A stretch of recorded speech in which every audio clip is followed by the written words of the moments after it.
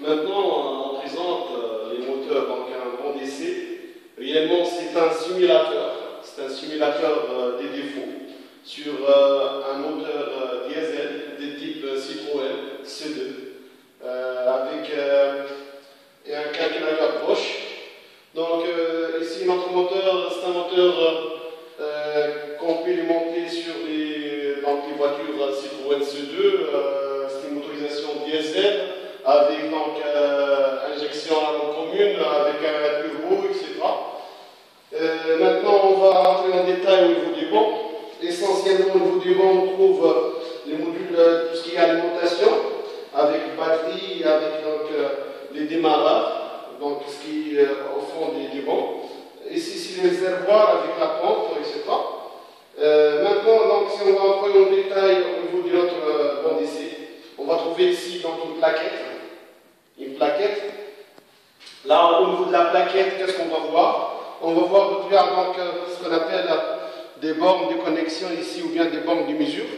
On peut donc mesurer une entité ou bien une valeur telle que par exemple si on va mesurer donc le signal, par exemple, en utilisant par exemple un multimètre ou bien un numérique ou bien un multimètre ou bien un oscilloscope. Autre chose, donc ici on trouve les visibles. Donc ici on trouve ce qu'on appelle un boîtier gris, un boîtier marron, un boîtier donc, noir. Et dans chaque boîtier, on a des connectivités avec, par exemple, des capteurs donc, ou bien des actionneurs, etc. Suivant les entrées et les sorties de ce qu'on appelle des calculateurs. Maintenant, donc, on trouve ici des visibles. Ici, on débranche, par exemple, si on va provoquer un défaut, on doit débrancher un visible ou bien des visibles, ça dépend, donc, ça dépend du circuit des capteurs ou bien des actionneurs. Et automatiquement, si on débranche les visibles, automatiquement, on va désactiver. On va désactiver quoi? On va désactiver un capteur.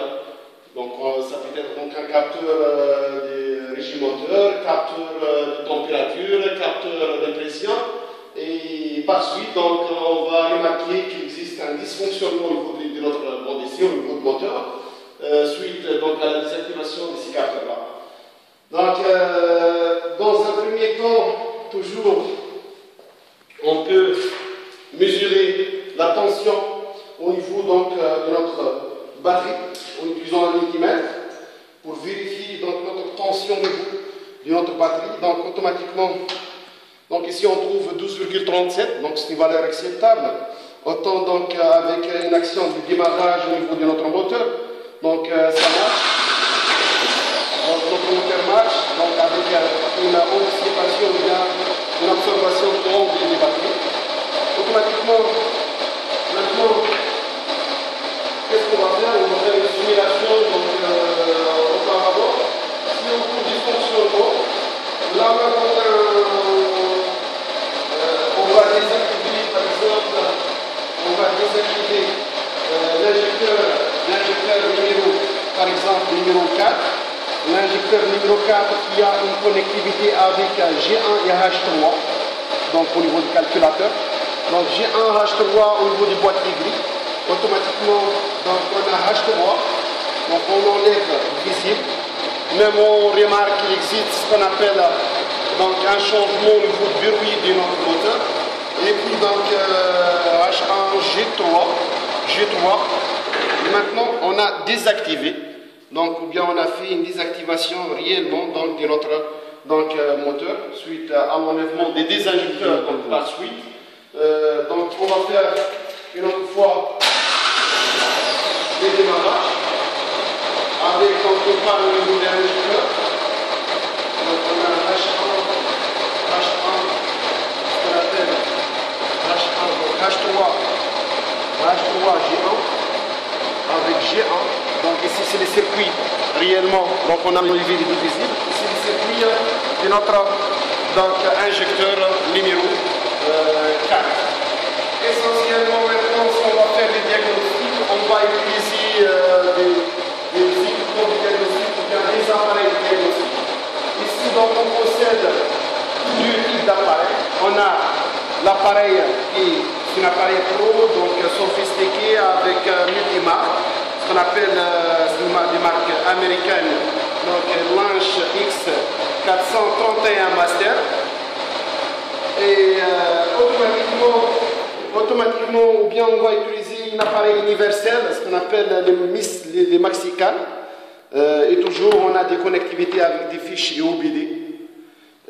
Automatiquement, maintenant, dans la valise, ce qu'on appelle des Lange X431, on peut trouver ce qu'on appelle les adaptateurs. Puisqu'on a donc dans des marques bien spécifiées, on trouve des adaptations spéciales. Par exemple, maintenant, si on va utiliser cet appareil-là, automatiquement, on va faire une adaptation. Si on a une voiture, par exemple, de type Toyota, donc on enlève l'adaptateur et automatiquement, on va brancher l'adaptateur à ce niveau-là, comme vous voyez ici. Donc, on les branche avec donc, une connectivité adaptable. Et maintenant, on a donc les connecteurs, ou bien les connecteurs de l'appareil d'étude des défauts, donc avec la marque Toyota. Donc, ça, c'est un avantage au niveau des X 431 Master, donc de type planche. Donc, c'est un grand avantage. Essentiellement, on utilise dans la majorité des cas, donc des fiches EOB, qu'on les trouve dans la majorité des voitures. Stop.